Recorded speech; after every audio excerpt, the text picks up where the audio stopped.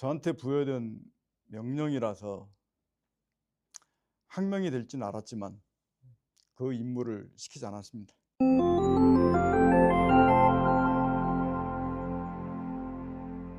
당일날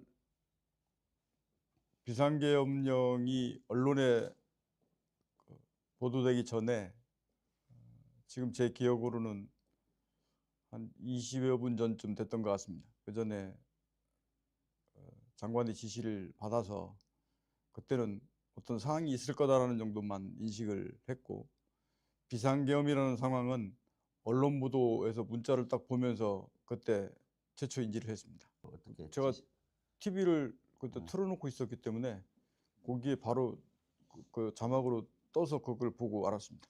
비상계엄령 선포된 이후에 그 전임 국방장관께서 VTC로 소집을 했고, 그때 임무는 별도로 전화로 문자로 받았습니다.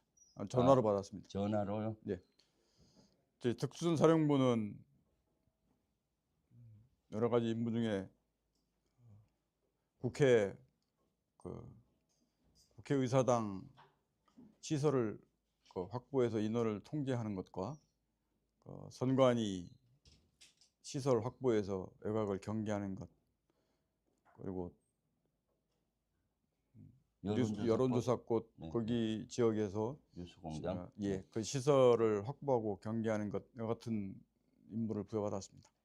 즉 그 임무 지시를 받았을 때 이 상태가 다 간부들이 지금 다 퇴근해 있는 상태였기 때문에 비상 소집을 하고 출동 준비를 갖추고 또 이렇게 이동하다 보니까 시간이 좀 많이 지체가 좀 됐습니다. 아마 707이 그때 조금 빨리 소집돼 됐던 것은 그날 그 대테러 관련된 부대 자체 나중에 해보니 야간 훈련들이 이런 것들이 계획돼 있어서 일부 인원은 이미 소집되어 있는 상태였기 때문에 그 일부 인원은 좀 빨리 출동 태세가 갖춰졌습니다. 707은 이제 헬기로 투입시키다 보니까 헬기가 준비하는데 거의 지금 제 기억으로는 뭐 50분 이상이 소요가 돼서 헬기가 전개되는데 좀 늦었습니다. 네. 국회에 처음 들어갔을 때 아까 말씀드렸듯이 그 시설을 확보하고 출입을 통제하라고 그 임무를 부여했고, 그 임무를 부여된 상태에서 이동을 했을 때 최초 저도 판단했던 것은 가면 그 인원이 없어서 그 건물 안에 들어가서 내부로 들어가서 잠그면 인원 출입 통제가 되는 것으로 판단을 했습니다. 근데 실제 도착을 해보니 많은 사람들이 앞에 막 밀집해 있어서 그쪽으로 접근하는 것이 현실적으로 불가능했고, 만약에 강제로 들어가게 되려고 하면 이게 다른 수단을 뭐 물리적 수단, 비물리적 수단을 뭐 한다 하더라도 인력으로 밀어내도 피해가 있을 수 있기 때문에 그거는 절대 해서는 안 될 일이었기 때문에 다른 통로를 찾으라고 했고, 다른 통로를 찾으면서 이렇게 들어갔습니다. 임무 지시를 받았을 때 군인으로서 당연히 그 임무는 수명을 해야 된다라고 생각을 했습니다. 그리고 그러나 갔을 때의 모습이 사실 정당하지 않은 모습들이 있어서 제가 우선적으로 절대 개인 인원들에게 실탄을 주지 말아 그랬습니다.